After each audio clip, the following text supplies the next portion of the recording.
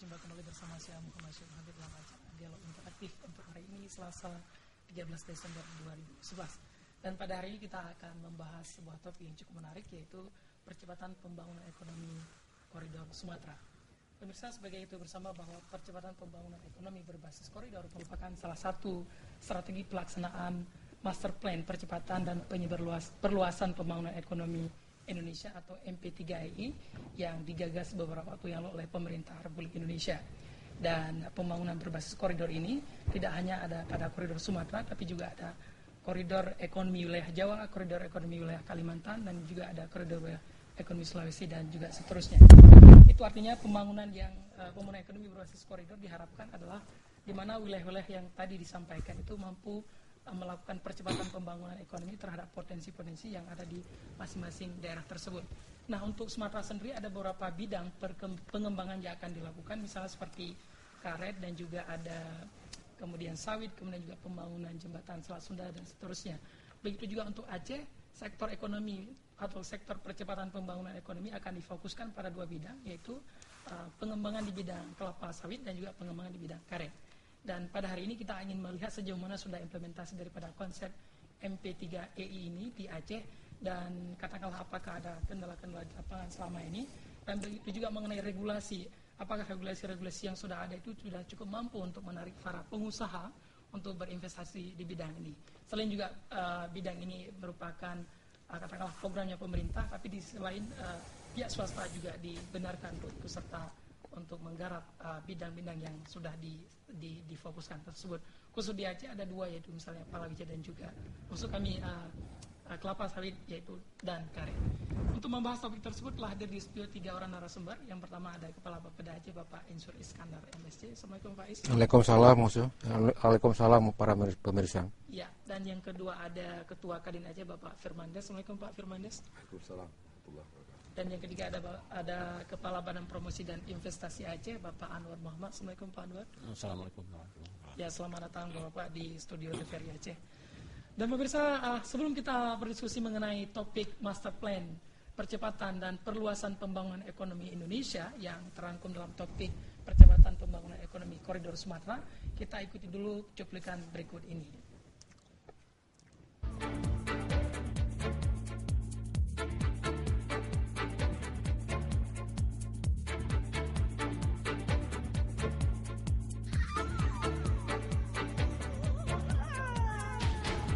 Pemerintah Aceh telah menyusun sebuah blueprint atau cetak biru percepatan transformasi ekonomi yang perlu didukung dengan berbagai terobosan dan perubahan pola pikir di dalam perumusan strategi dan kebijakan jangka pendek, menengah maupun jangka panjang.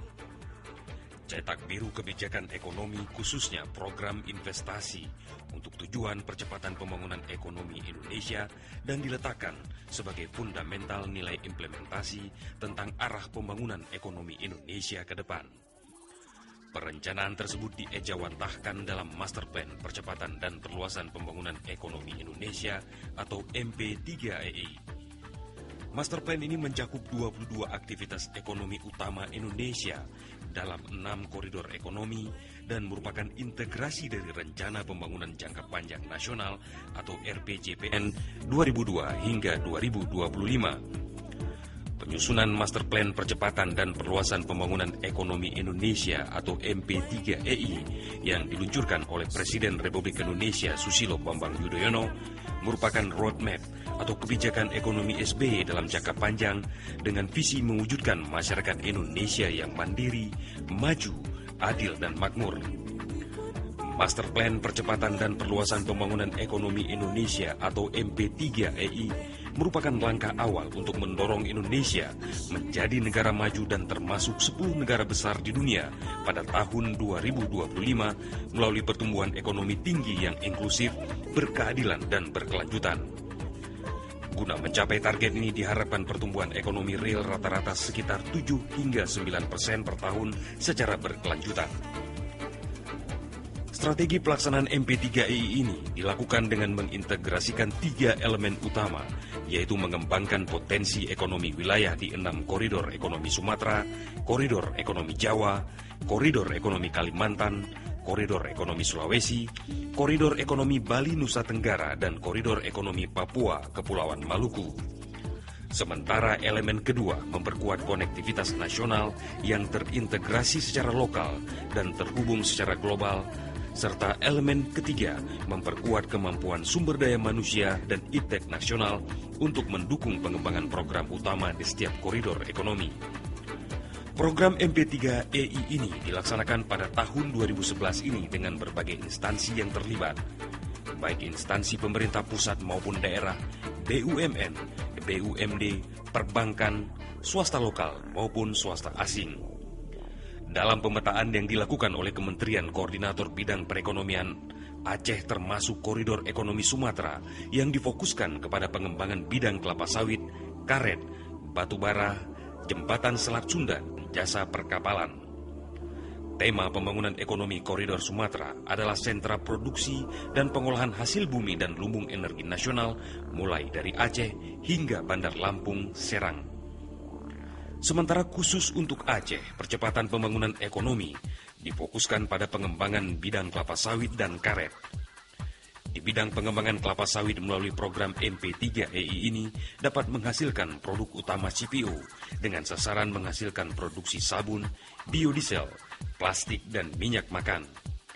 Bahkan diproyeksikan akan menyerap tenaga kerja dan menimbulkan multiplier efek ekonomi mengingat luas perkebunan kelapa sawit di Aceh mencapai 148.246 hektar dan diharapkan akan terjadi penambahan luas areal lebih kurang 50.000 hektar selama 5 tahun ke depan dari total target luas areal 200.000 hektar. Sedangkan di bidang pengembangan karet dapat membangun klaster industri berupa pembangunan pabrik ban dan sebagainya. Bahkan mampu juga menyerap lapangan kerja, mengingat luas areal perkebunan karet di Aceh mencapai 114.026 hektar dan diharapkan adanya pengembangan komoditi karet ini akan mengalami repenting atau penanaman kembali sampai 5 tahun ke depan antara 40 hingga 50%. Sementara untuk mendukung program pengembangan ini, ada beberapa sektor tambahan yang menjadi prioritas, yaitu tersedianya pelabuhan ekspor di Krunggukuh Lok Sumawe dan sentra lumbung pangan berupa food estate, coklat, padi, jagung, kedelai, dan kelapa.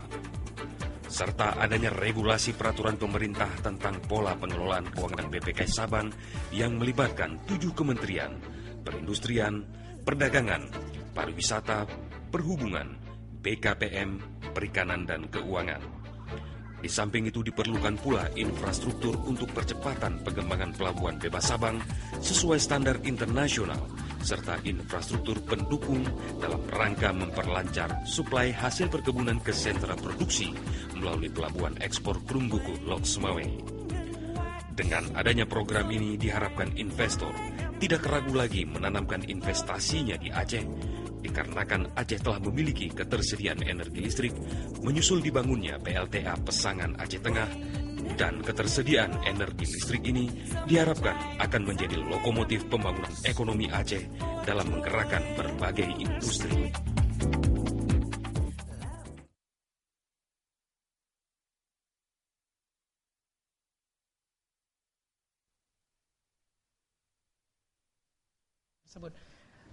Kita akan memperdalam ini melalui diskusi kita. Saya ke Pak Ais terlebih dahulu. Pak Ais, tadi saya kira pemirsa sudah melihat bagaimana sebenarnya profil daripada MP3EI ini.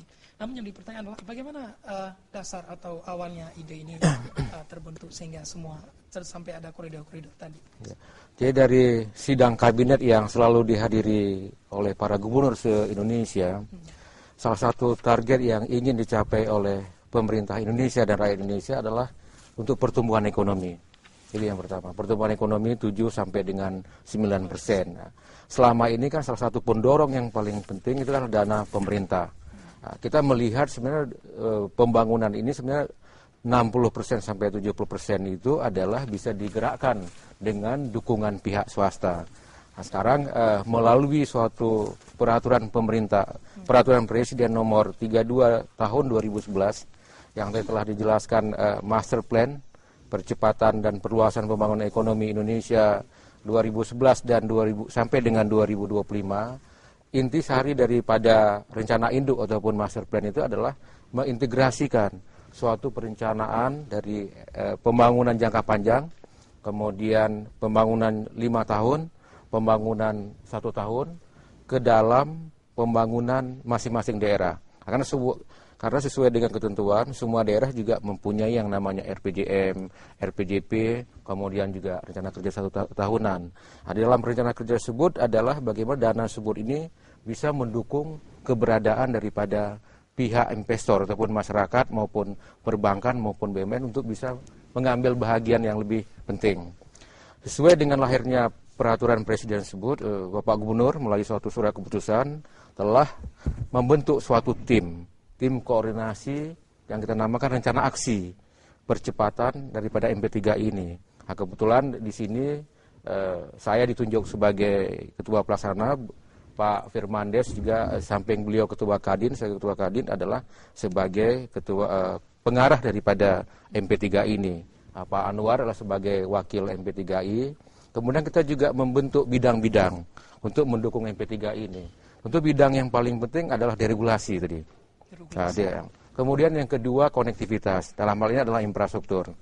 Yang ketiga yang juga cukup penting adalah sumber daya manusia dan iptek gitu. Jadi 3 ini harus serantai, dalam rangka menghubungkan koridor yang ada di Sumatera antar provinsi, kemudian juga antar koridor dari 6 koridor yang disebutkan tadi disebut. Nah, langkah-langkah yang paling penting adalah bagaimana mengimplementasikan apa yang telah digariskan di dalam MP3 itu.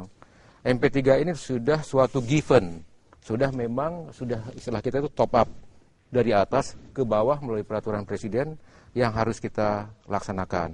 Nah, untuk koridor Sumatera seperti tadi yang telah kita lihat itu sudah ada prioritas kegiatan yang harus kita lakukan. Nah, tentu di sini diharapkan adanya fokus. Nah, ini MP3 ini kan sampai dengan 2025. Kita sudah membuat peta untuk 2011 sampai dengan 2015, ini loh yang kita kerjakan. Nah, untuk mengerjakan ini tentu nanti kawan-kawan juga sudah bisa menyampaikan apa yang telah kita lakukan.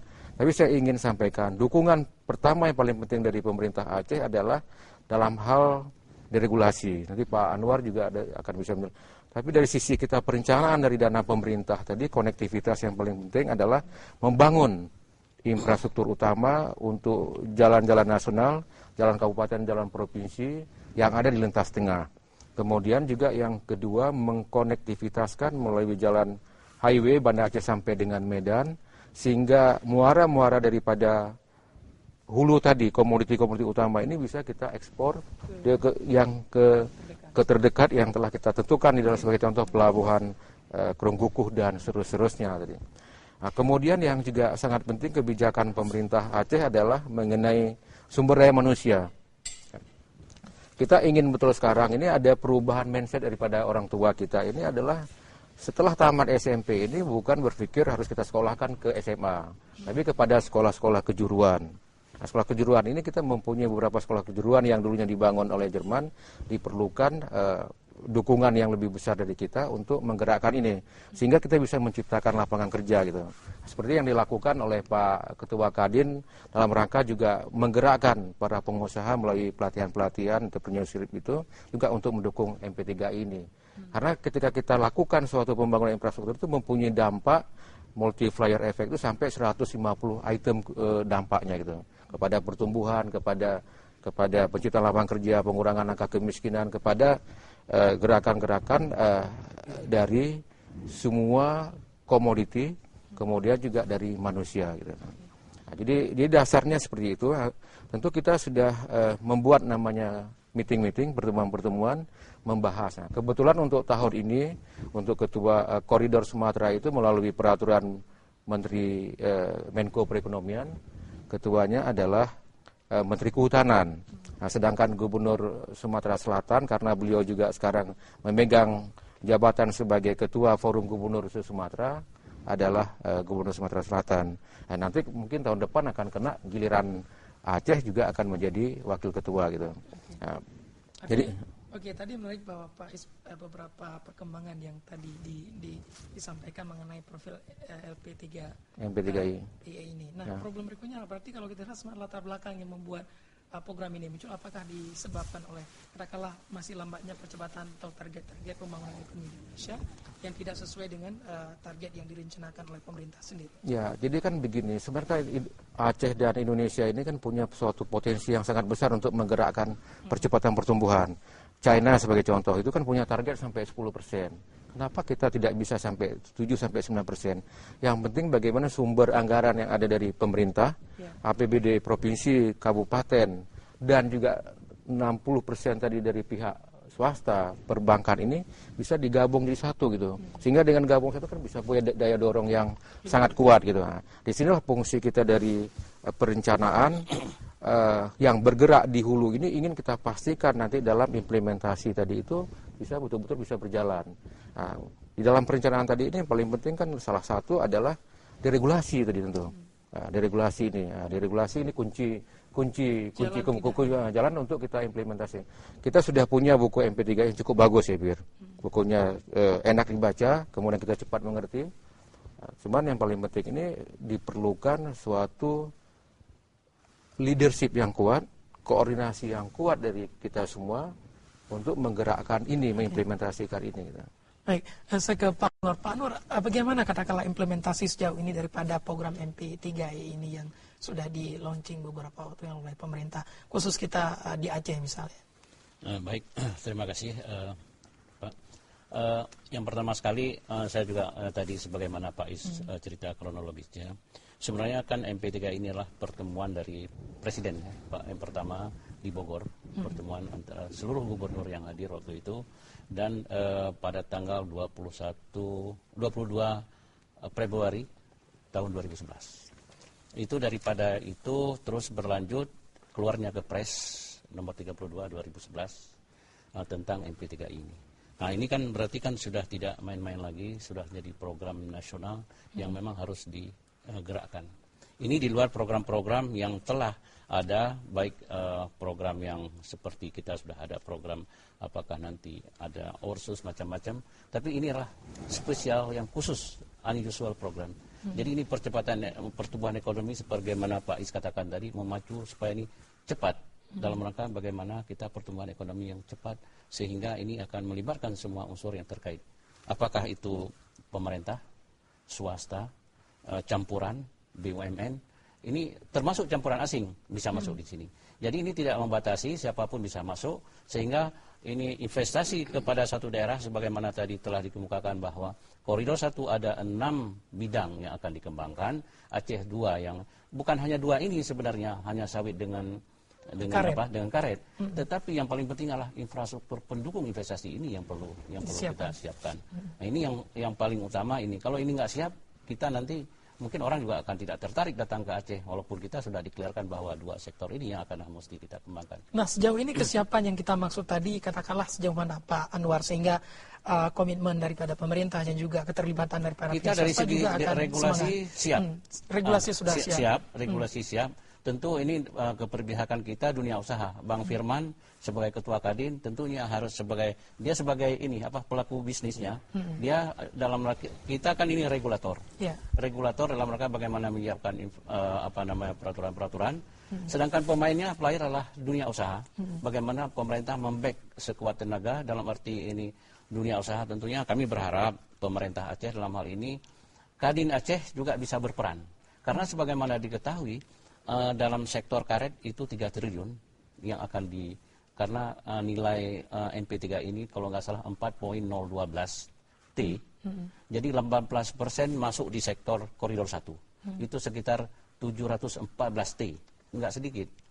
Nah, 2 sektor yang akan dikembangkan, sawit 92 T, karet 3 T.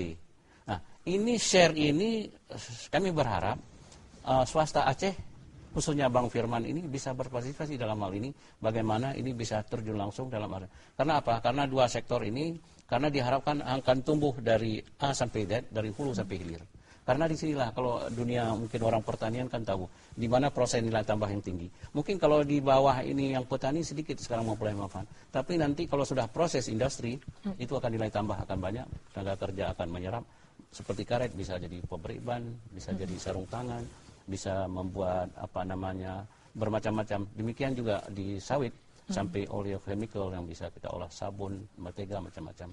Ini yang kita harapkan. Oke, saya tekankan sedikit bahwa salah satu kesiapan saat ini yang katakanlah oleh pemerintah Aceh, kita sudah menyiapkan regulasi. Betul. Nah, kalau boleh misalnya katakanlah pemirsa ingin tahu dan sehingga ada pihak swasta yang juga terlibat. Nah, kira-kira konten regulasi yang dimaksud itu seperti apa? Apakah memberi kemudahan kepada pihak swasta atau untuk katakanlah berinvestasi terlibat dalam konsep MP3E ini, Pak Anwar? Ya, betul. Pemerintah dalam hal ini tentunya pemerintah Aceh akan membackup dalam arti bagaimana kepastian dalam hal memperoleh lahan. Tentunya nanti instansi yang terkait, apakah di sini kehutanan dan perkebunan, dalam hal ini tentu juga terkait dengan mungkin AMDAL macam-macam juga harus dipenuhi. Yang kedua juga dari segi permodalan. Permodalan ini siapapun kan seperti kita katakan di awal pertemuan, siapapun akan terlibat di sini, campuran asing boleh, swasta boleh. Dan nanti mungkin saya kira karena dari beberapa pertemuan ini ada. Dan saya ke Pak Firmandes sekarang. Pak Firmandes, tadi kita sudah mendengarkan bahwa ternyata program MP3EI ini juga memberikan peluang yang cukup besar bagi pihak swasta untuk terlibat mempercepat sektor ekonomi ini. Nah, bagaimana sebenarnya katakanlah respon pihak pengusaha terhadap program yang diluncurkan oleh pemerintah ini? Baik, Pak Musuh. Saya kira pertama sekali saya ingin jelaskan dulu bahwa saya ini terlibat dari awal. Awal ide ini kita terlibat. Ya, awal pada saat itu para ketua Kadin se-Indonesia diundang, kemudian berkumpul di Menko Green, kemudian membicarakan bahwa ternyata pemerintah kita sudah menyadari kalau membangun Indonesia ini dengan semua dana APBN, itu rasa-rasanya memberatkan sekali negara. Sedangkan dilihat dari pendapatan negara sekarang, kalau dulu pendapatan negara itu dari sumber minyak, dari sumber daya alam. Tapi kini kita lihat bahwa pendapatan negara itu dari pajak sudah. Ternyata peran swasta itu cukup tinggi. Jadi kelihatannya sudah saatnya lah peran kepada swasta itu diberi lebih luas lagi. Jadi artinya dalam membangun, mempercepat pembangunan di Indonesia ini di berbagai sektor itu perlu terlibat swasta. Ini awal ide ini. Sehingga kami pada saat di launching di Jakarta, kemudian dilanjutkan di Bogor, kita terlibat juga Pak Is. Walaupun saat itu dengan keterbatasan informasi dan lain-lain apa yang ada terus kita dukung. Alhamdulillah ini kita syukuri bahwa Aceh sudah masuk dalam koridor Sumatera. Kalau dulunya kita mungkin sebagai pendukung Sumatera Utara. Ya tentunya ini kita menyambut baik program ini. Bahkan kadang-kadang saya menjadi risau. Program regulasi di Aceh sendiri begitu luar biasa diberikan Pak Is dengan Pak Anwar, bahwa bagaimana supaya investasi yang besar, ditambah lagi dengan program ini yang luar biasa, sementara kesiapan sumber daya manusianya bagaimana? Ini yang Pak Is sampaikan tadi. Sehingga kami dari Kadin menggagaslah program 1 juta saudagar. Bagaimana cara adik-adik yang tamat SMA, adik-adik yang lagi santri pesantren terakhir, kemudian adik-adik mahasiswa, kita motivasi. Kita motivasi di berbagai kabupaten kota agar mereka mau menjadi pengusaha. Yang pertama kita harapkan bahwa kuantitas kita harus lebih banyak, kemudian kualitas kita harus tinggi. Di program 1 juta saudagar ini ada 2. Yang pertama adalah menciptakan pengusaha-pengusaha baru. Kita motivasi, kita berikan arahan, kita ajak untuk mau mereka menjadi swasta. Yang kedua meningkatkan kemampuan. Ini meningkatkan kemampuan baru kita tes kemarin. Kemarin ada hadir ketua Kadin beserta 8 orang para pengusaha ke Aceh agar meningkatkan kemampuan pengusaha perikanan. Ternyata satu sektor saja kita baru mulai, ini juga tidak gampang ternyata. Jadi artinya bahwa regulasi boleh diberikan begitu banyak, tapi harus diimbangi dengan sumber daya manusia. Alhamdulillah mungkin pasca tsunami, bahwa di Aceh sudah banyak dibangun sekolah-sekolah kejuruan. Nah, ini perlu kita manfaatkan secara optimal. Bagaimana kita motivasi anak-anak kita, saudara-saudara kita, supaya jangan malu lagi sekolah kejuruan. Kadang-kadang dia harus mau SMA, padahal arahnya nggak jelas. Kita berharap ke depan, memang anak-anak Aceh ini punya skill. Alhamdulillah kalau dia punya skill, langsung dia menjadi pengusaha. Jadi program yang kita didik ini sekarang sudah kita didik lebih kurang tahun pertama 1.000 Pak Is. Itu kerjasama dengan para NGO, tahun kedua 500, tahun ketiga tahun ini kita harapkan 5.000. Alhamdulillah sudah hampir mencapai, walaupun ini ada sisa waktu sedikit lagi, kita harapkan bisa mencapai 5.000. Ini pertanda bahwa kita harus menyiapkan diri. Jadi regulasi apapun diberikan oleh pemerintah daerah dengan program apapun, kalau sumber daya kita lemah, jumlah kita sedikit itu jadi sulit. Tapi alhamdulillah dengan dukungan Pak Is dari Bapeda dan Pak Anwar, serta pemerintah daerah, alhamdulillah kita tahun ini sudah ada 7.000 yang kita didik. Cuman tinggal sektor-sektor apa saja tinggal kita pertajam. Ke depan sektor perkebunan, mungkin karet, kemudian coklat dan lain-lain, supaya mereka lebih skill lagi di bidang itu. Ya, Namun ada harapan lain saya kira, bahwa regulasi cukup banyak diberikan, tapi mungkin harus lebih fokus lagi. Artinya kita bicara karet, bahwa bagaimana lahan karet. Ini lahan karet jangan lagi nanti, apalagi ini kalau RT RW belum selesai, Pak ya. Ini kadang-kadang kan menjadi gelisah kita. Kita setelah melakukan penanaman, ambil kredit, tahu-tahu ini bermasalah. Mungkin ini perlu kerja keras dari Pak Ais dan Pak Anwar sedikit lagi, agar bahwa masalah-masalah RT RW, masalah lahan harus benar-benar clear. Sehingga kalau kawan-kawan datang sebagai investor, betul-betul tidak gelisah lagi. Artinya perlu regulasi yang spesifik, Pak Fernandes ya. Perlu tuntas, saya kira. Perlu tuntas. Kemudian bahwa juga kita harapkan bahwa ini mungkin saran ini Pak Iskandar dengan Pak Anwar. Kalau bisa upah ini jangan ditetapkan kurang melibatkan kami. Bukan tidak, kurang melibatkan kami secara optimal. Jadi sekarang 1.350 ini masih juga agak berat, Pak. Kenapa? Bahwa kompetensi kita masih lemah. Jadi kalau kita boleh jujur, itu di restoran-restoran bekerja, seharusnya pekerjaan itu bisa diselesaikan oleh 2 orang. Mungkin ini perlu kerja, perlu ditingkatkan kemampuannya. Jadi sehingga mungkin kalau sudah kemampuannya memang sejajar dengan tenaga kerja di provinsi lain, tidak masalah. Nah, kita alhamdulillah tidak ada problem. Senang lagi kita kalau bayar gaji banyak. Tetapi ini di provinsi lain sendiri juga masih sangat rendah. Kita paling tinggi. Ini di Medan itu 980, mungkin kalau di Surabaya 1 juta sekian. Ini Aceh agak tinggi. Mungkin kalau nggak mungkin pun diturunkan upahnya, tapi kompetensinya perlu kita tingkatkan. Nah, kemudian di samping itu juga modal. Ini harus sepakat semuanya. Bank-bank juga harus mensupport ini. Jadi jangan nanti bank melihat program ini, kalau ada sahabat-sahabat saya, teman-teman saya datang ke bank mau membangun karet, mau minta kredit tentang karet, ini banyak masalah. Jadi saya kira supaya semua pihak ini bisa mendukung, bahwa kita harapkan bahwa dana APBA sendiri juga harus mendukung ini. Katakanlah sekarang kita bicara bagaimana supaya pelabuhan Aceh Utara itu dimanfaatkan secara optimal. Kita lihat jalan yang menuju ke Aceh, yang ke Aceh Tengah mana yang harus tuntas segera. Apakah kita mau concern di jalan lama atau di jalan KKA? Kemudian, karena jalan itu kan tembus ke Aceh Gayo Lues, tembus ke Nagan Raya. Kalau ini satu bisa selesai saja tuntas, mungkin sudah bisa dijalankan. Peran-peran pelabuhan juga bisa diaktifkan segera. Jadi artinya bahwa pembangunan juga harus lebih fokus kepada prioritas mana yang mendukung program MP3 ini. Jadi infrastruktur yang disiapkan oleh pemerintah juga diarahkan untuk mendukung MP3 ini. Itu artinya Pak Fernandes bahwa sejauh ini respon pengusaha sebenarnya cukup positif bahwa untuk terlibat dalam rangka mendukung jalannya MP3E ini. Nah, kalau boleh pemirsa tahu dan juga kita ingin tahu semua, dari jumlah pengusaha yang ada tadi yang sudah dididik 7.000, sebenarnya yang siap untuk katakanlah mendukung program seperti pengembangan bidang kelapa sawit dan karet itu ada berapa yang mungkin mereka siap segera untuk berinvest atau mendukung program? Sebenarnya memang yang kita didik itu memang di sektor real ya. Mereka itu rata-rata UMKM. Tapi kita harapkan kan dalam jangka waktu tertentu dia akan naik terus. Dan kita berharap juga kawan-kawan yang selama ini cuma main di sektor jasa konstruksi, supaya segera juga harus menarik di bidang-bidang ini.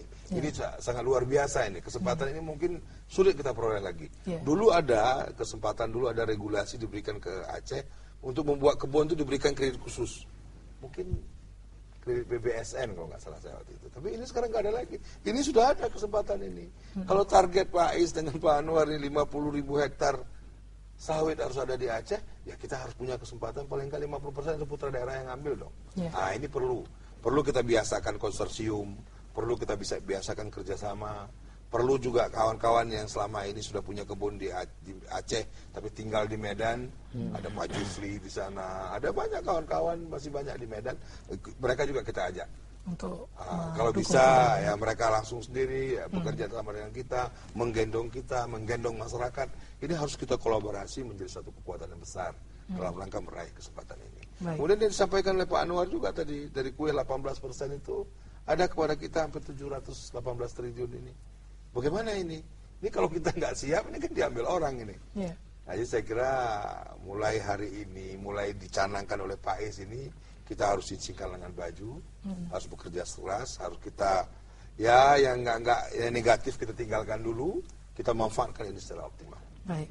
Pilkada jalan, tapi kita concern juga kemana. Kan kita, pilkada harus sukses, MP3I juga harus sukses. Iya, dua-dua kita berhasil. Jadi kita berharap Seiring. suasana kisruh ini tidak mempengaruhi jalannya program-program MP3EI. Nah, Pak Is, sebenarnya apa yang katakanlah yang unggul, yang coba diunggulkan dari konsep atau program MP3EI ini sehingga ini dipandang sesuatu yang cukup positif dan perlu ditindaklanjuti oleh semua pihak yang terlibat dalam koridor-koridor tadi. Ya, jadi yang pertama tadi saya ingin masuk di dalam strategi pembangunan Aceh. Pembangunan Aceh itu yang paling pertama itu adalah pertumbuhan ekonomi, pengurangan angka kemiskinan, penciptaan lapangan kerja. Satu lagi adalah pembangunan ekonomi berkelanjutan.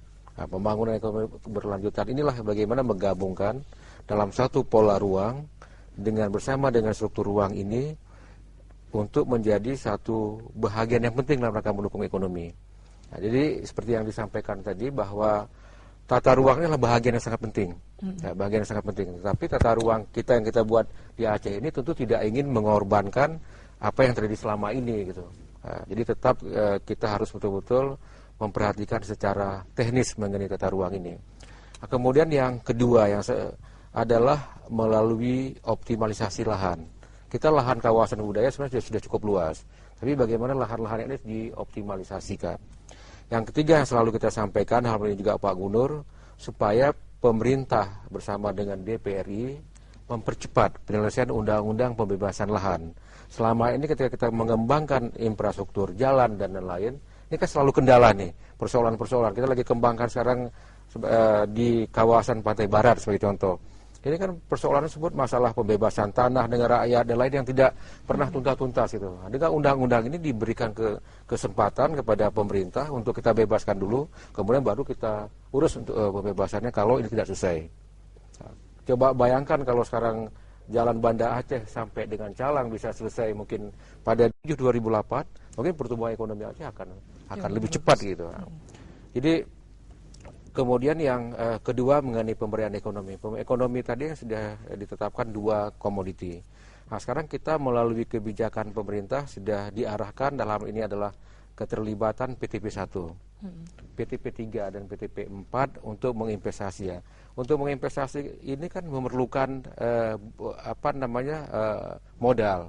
Modal yang diberlakukan adalah keterlibatan daripada bank. Nah, bank ini bank pemerintah lagi, BRI, kemudian Bank Mandiri. Ya, tentu kita juga memberikan apresiasi kalau Bank Aceh juga bisa ikut gitu dengan mungkin bunga yang lebih rendah sehingga kawan-kawan PTP1 bisa bekerja sama dengan sistem plasma dan inti. Jadi melibatkan tenaga kerja yang rakyat yang banyak. Kemudian dia inti ini mendapatkan manfaat, rakyat juga mendapatkan manfaat. Nah, untuk hal ini pada tahun 2010 bahwa Pak Gubernur telah meluncing sebenarnya kebijakan mengenai ini gitu. Itu sudah dilakukan di kawasan di Aceh Utara. Nah, kawasan utara adalah pengembangan karet. Nah, karet kita total perkebunan kita kembangkan 41.000 hektar yang terdiri dari karet dan kelapa sawit tadi. Nah, ini sudah mulai bergerak. Tapi seperti kata Pak Firmandia sekali lagi, kita punya persoalan sekarang adalah ketika kita kembangkan mengenai kelapa sawit, ternyata kawasan-kawasan adalah kawasan ekosistem leuser. Padahal kawasan ekosistem leuser ini bukan suatu di daerah kawasan hutan lindung. Jadi sebenarnya kita juga harus kita lanjutkan. Cuman yang di persoalan ini kan juga diperlukan izin dari Menteri Kehutanan sekali lagi. Nah, hal-hal ini juga tentu kita mengalami deregulasi. Jadi regulasi yang penting bagi kita adalah juga dukungan yang sangat kuat oleh Menteri Kehutanan dan juga dari DPRI dan pemerintah untuk undang-undang pembebasan lahan. Nah, kemudian saya juga ingin menambahkan sedikit mengenai masalah sumber daya manusia. Ketika kita kembangkan sekarang masalah kebun ini kan umumnya tenaga kerja ini yang kita sayangkan kadang-kadang masuk bukan dari Aceh. Ya, karena tadi dari luar, oleh karena tadi skillnya juga masih rendah. Skill-skill ini yang harus kita perbaiki. Kemudian untuk sementara ini kita juga mau bersusah payah dalam arti kata jangan langsung menuntut gaji yang tinggi atau apapun. Jadi kita juga harus belajar dengan culture ataupun budaya-budaya yang ada di kawan-kawan yang lain, hidup susah dulu kemudian untuk lebih maju ke depan gitu. Nah, jadi ini saya juga setuju bahwa masalah UMR ini adalah Masalah yang penting harus dilihat. Memang harus kita akui bahwa biaya hidup di Aceh itu sangat tinggi. Jadi menyebabkan juga kebutuhan, dan ini juga antara kebutuhan dan juga juga menjadi sangat besar gitu. Memang kita Aceh mungkin hampir sama dengan DKI. Ya Pak sampaikan, memang masih dalam level yang tinggi. Tapi dengan seiring mungkin dengan meningkatnya pendapatan, ini bisa ini. Satu lagi tadi masalah pendidikan, Pak. Kita masalah pendidikan ini harus mati-matian kita dukung. Apalagi melalui dana OSUS kita ini kan sudah digariskan membangun Aceh ini harus difokuskan salah satu kepada bidang pendidikan. Nah, pendidikan yang kita harapkan betul adalah concern dari semua kawan-kawan pemerintah daerah kabupaten dan provinsi ini terhadap sekolah-sekolah yang demikian banyak yang sudah dibangun, sekolah kejuruan yang ada yang disupport oleh masyarakat internasional, dengan sehingga ketika mereka lulus mereka bisa langsung bekerja. Kemudian kedua juga dukungan perbankan. Nah, saya juga sangat berharap ya dengan peran yang luar biasa dari Kadin ini bisa ditingkatkan terus itu. Kawan-kawan yang setelah lulus SMK ini dilakukan entrepreneurship dan sehingga akan tumbuh industri-industri. Ketika tadi Pak Anwar sampaikan karet, nah kita harapkan replanting pohon-pohon karet yang sudah tua ini bisa dibuat industri yang mendapat nilai tambah yang lebih jauh sehingga bisa diekspor gitu. Jadi seperti itu. Jadi mata rantainya juga sangat besar gitu. Tapi sekali lagi kesiapan sumber daya manusia. Ya, artinya tadi uraian strategi ini menjadi sangat penting sekali untuk kita perhatikan. Jadi kita berharap kebijakan yang diarahkan sesuai dengan strategi yang kita inginkan tersebut. Saya mau tambahkan sedikit. Silakan. Ini soal pendidikan. Bahwa kami rasakan Pak Isi, begitu kita rekrut calon pengusaha itu yang tidak sekolah kejuruan memang terasa dia agak susah untuk beradaptasi itu. Jadi memang benar saran Pak Is tadi. Di samping bahwa memang kelihatannya ini dalam mata pelajaran yang ada di SMA ini pun mesti ada mata pelajaran entrepreneur. Kita harapkan, apalagi di bangku kuliah ya. Saya kira ini sekarang udah dipersyaratkan. Bahkan sekarang ini HIPMI sudah masuk ke kampus. Sudah ada HIPMI perguruan tinggi namanya Pak. Jadi artinya bahwa virus-virus entrepreneurship ini sudah mulai diturunkan, tetapi di pemuda ini lemah sekali. Jadi mungkin paling tidak selain dari sekolah kejuruan harus ada program-program pelatihan dalam rangka memberikan skill bagi pemuda. Karena kita nggak boleh menunggu bahwa mereka harus tamat SMA dulu, SMK dulu baru mereka kerja. Ini bagaimana adik-adik yang pemuda-pemuda di kampung ini? Kalau kami bandingkan ada 3 kelompok orang ini terasa ini bahwa dia kalau langsung kita berikan pengetahuan tentang entrepreneurship ini butuh dukungan lagi. Nah, jadi mungkin Pak Is saya menyarankan agar ada program-program pelatihan bagi pemuda. Mungkin kalau bagi mahasiswa agak sedikit lebih mudah lah. Ini bahkan pemuda, kalau ada adik kampung, santri juga lebih mudah karena adik santri ini saya lihat mereka ini disiplin. Ini sudah biasa berpikir disiplin. Pada saat kita ajak dialog, dimotivasi oleh pemateri ini cepat juga masuknya. Jadi harapan saya ini di pemuda kampung ini perlu ada treatment khusus lah. Bagaimana ini mungkin Dinas Pendidikan perlu juga turun Pak, perlu turun melihat bagaimana memberikan pendidikan-pendidikan kepada pemuda dalam rangka siap menjadi tenaga kerja dan siap menjadi entrepreneur. Nah, makanya ini mungkin Pak Is saya ingin menyarankan, kelihatannya Dinas Pendidikan ini kan banyak sekali pekerjaan, sibuk sekali mengurus proyek, mengurus ini, mengurus itu. Aduh, kadang-kadang ya nggak sempat mengurus mutu pendidikan. Jadi mungkin kalau soal proyek, saya ingin menyarankan proyek kasih aja ke bidang yang mengurus proyek. Ya, cipta karya, Pak. Cipta karya. Jadi biar dia concern lah. Kepada mutu pendidikan. Guru-guru pendidikan. ini nggak ikut mengurus itu tadi kan. Ini kepala dinas sibuk mengurus proyek. Jadi saya kira mutu pendidikan di Aceh ini harus support dengan dana yang besar ini, terutama yang skill tadi. Saya kira. Baik, Pak Anwar, dengan tadi menarik kalau Pak Firmansyah mencoba menawarkan bahwa salah satu problem yang kadang-kadang dihadapi oleh pengusaha hari ini misalnya belum adanya regulasi yang terfokus. Tadi misalnya ada persoalan kelapa sawit atau pada karet. Nah, apakah ini memungkinkan untuk diwacanakan kembali sehingga kita punya regulasi khusus itu sehingga teman-teman dari pihak swasta ketika yang berinvestasi tidak lagi terkendala dengan problem-problem ketika tanah sudah dikuasai tiba-tiba diklaim ini punya publik dan sebagainya. Terima kasih Pak. Sebenarnya tidak ada alasan bagi kita. Sebenarnya Aceh ini kalau kita banding dengan provinsi lain, Aceh punya regulasi yang lebih daripada provinsi lain. Kita yang pertama kalau boleh diurut, kita sudah punya dari segi untuk menarik investasi, kita sudah punya visa on arrival. Satu. Yang kedua, kita juga sudah punya yang namanya kanun penanaman modal atau perda ya, penanaman modal. Yang ketiga juga kita punya perpres tentang kerjasama luar negeri.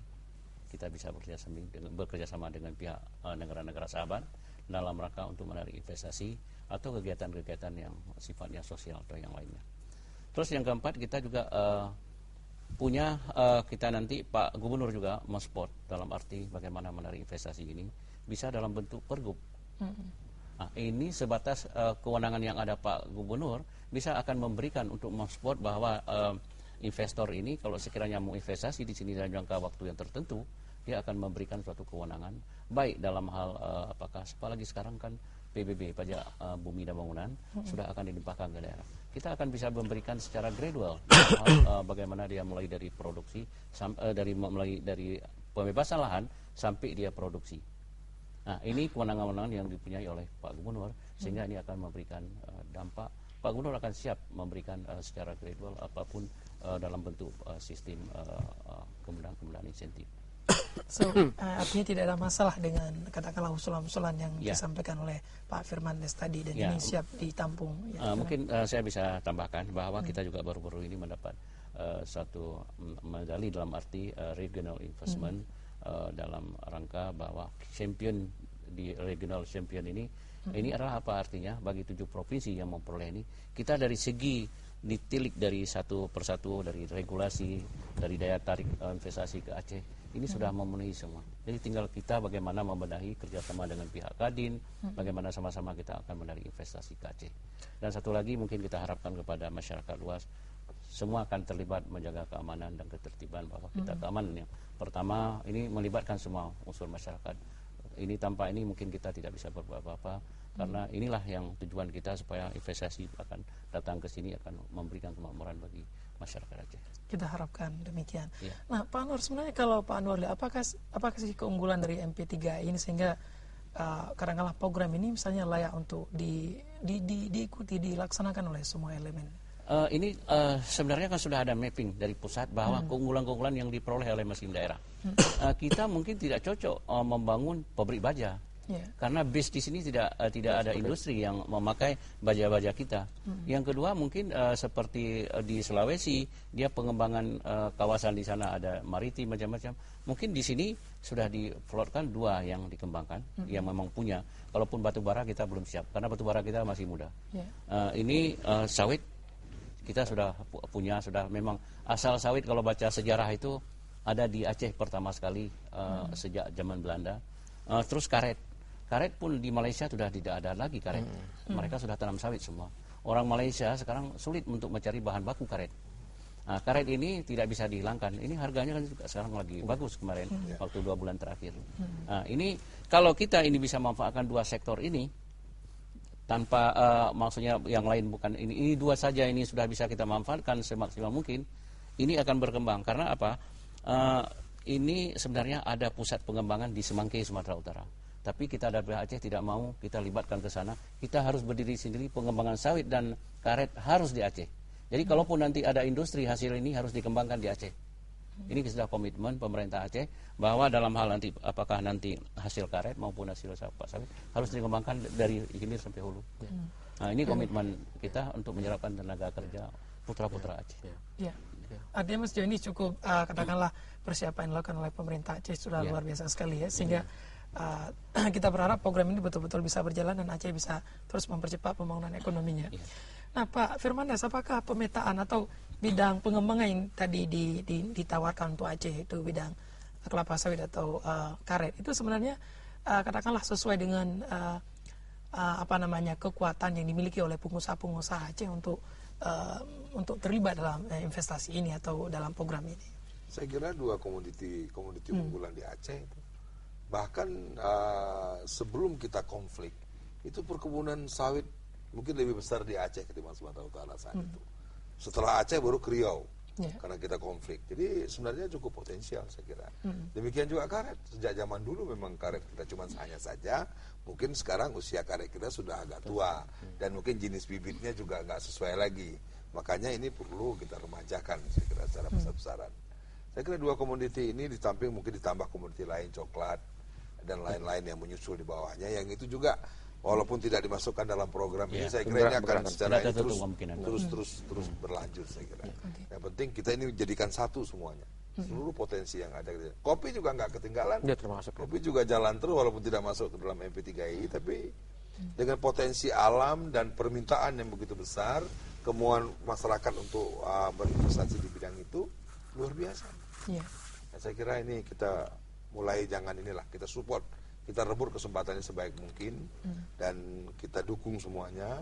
Di mana yang kurang kita perbaiki, kita saling mendukung supaya antara pemerintah dengan swasta menjadi satu. Sebagaimana saya katakan tadi bahwa rasa-rasanya sudah mulai diakui keberadaan swasta, sudah mulai diajak bersama-sama. Ini kita juga kawan-kawan swasta harus mempersiapkan diri. Kesempatannya harus kita raih secara optimal. Baik, kita ini berada di penghujung, Pak Is, sekali lagi ke Pak Is. Selain program-program dua hal tadi, sebenarnya ada lagi sebenarnya yang coba diusulkan oleh pemerintah Aceh untuk juga dikembangkan dan juga diikutsertakan dalam program koridor MP3I ini. Jadi kalau kita seperti yang disampaikan Pak Firmandes tadi, memang dua komoditi ini yang utama. Tapi bukan berarti yang lain seperti contoh masalah rice estate ataupun juga perkebunan kopi dan lain juga tidak bagian itu adalah pendukung. Jadi kita ingin pastikan sebenarnya dari sisi MP3I, dari sisi detail plan yang sudah kita buat ini, rencana aksi untuk 2011 sampai dengan 2015, kemudian 2015 sampai dengan 2020, itu harus bisa berjalan dengan baik. Nah, untuk berjalan ini diperlukan adalah suatu keterpaduan 3 bidang utama tadi, deregulasi, konektivitas, dan sumber daya manusia dan teknologi. Nah, kalau ini bisa jalan, ini insya Allah akan lebih baik. Maka tugas kita dari tim ini adalah memantau dari buku MP3I dan NRC ini harus berjalan. Nah, disinilah diperlukan suatu koordinasi yang sangat kuat seperti yang beliau sampaikan, leadership kita semuanya yang kuat yang untuk menggerakkan ini gitu. Baik, sayang sekali waktu kita sudah berakhir. Terima kasih Pak Is, Pak Firmandes dan juga Pak Anwar atas kehadirannya di studio TVRI pada sore hari ini. Baik, pemirsa Televisi Republik Indonesia Stasiun Aceh, demikianlah bincang-bincang kita mengenai percepatan pembangunan ekonomi koridor Sumatera, dan dari penjelasan 3 narasumber tadi setidaknya kita sudah tahu apa sebenarnya konsep daripada Master Plan Percepatan dan Perluasan Pembangunan Ekonomi Indonesia atau MP3I, dan saat ini Aceh juga sedang mempersiapkan, sedang menggagas dan juga menyiapkan semua infrastruktur untuk mendukung terwujudnya sebuah MP3I yang ideal, sehingga ini bisa mendorong terjadinya percepatan ekonomi di Aceh. Terima kasih atas perhatian dan partisipasi Anda. Sampai jumpa dalam dialog berikutnya. Billahi taufiq wal hidayah. Assalamualaikum warahmatullahi wabarakatuh.